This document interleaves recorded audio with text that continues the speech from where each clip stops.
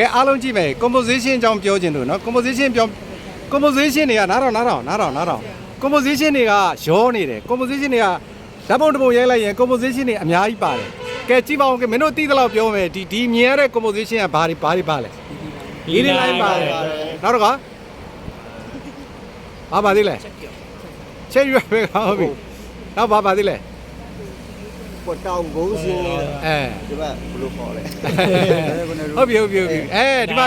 ဒီနေရာကဟုတ်တယ်နော်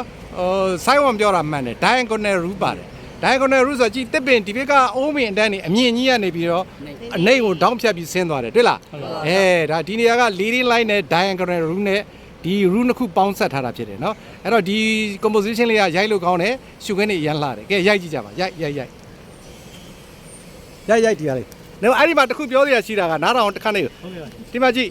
အဲ့ဒီမှာ diagonal rule ပါတဲ့အခါမှာနှိမ့်တဲ့ဘက်ကိုမျက်နှာမူရမယ်မြင့်တဲ့ဘက်ကိုမျက်နှာမူရမှာမဟုတ်ဘူးကဲတပည့်ဒီဘက်ကိုလှည့်ကြည့်တိုင်းကိုလုံးတစ်ကိုလုံးလှည့်ကြည့်လိုက်ဒါဆိုရင်ပုံကတိတ်ပြီးတော့သဘာဝမကျတော့ဘူးတွေ့လား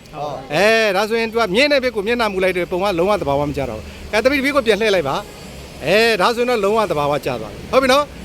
diagonal rule ကအဲ့လိုပဲကိုယ့်ရဲ့ဇက်ကောင်ပါလာလို့ရှိရင် model ပါလာရင်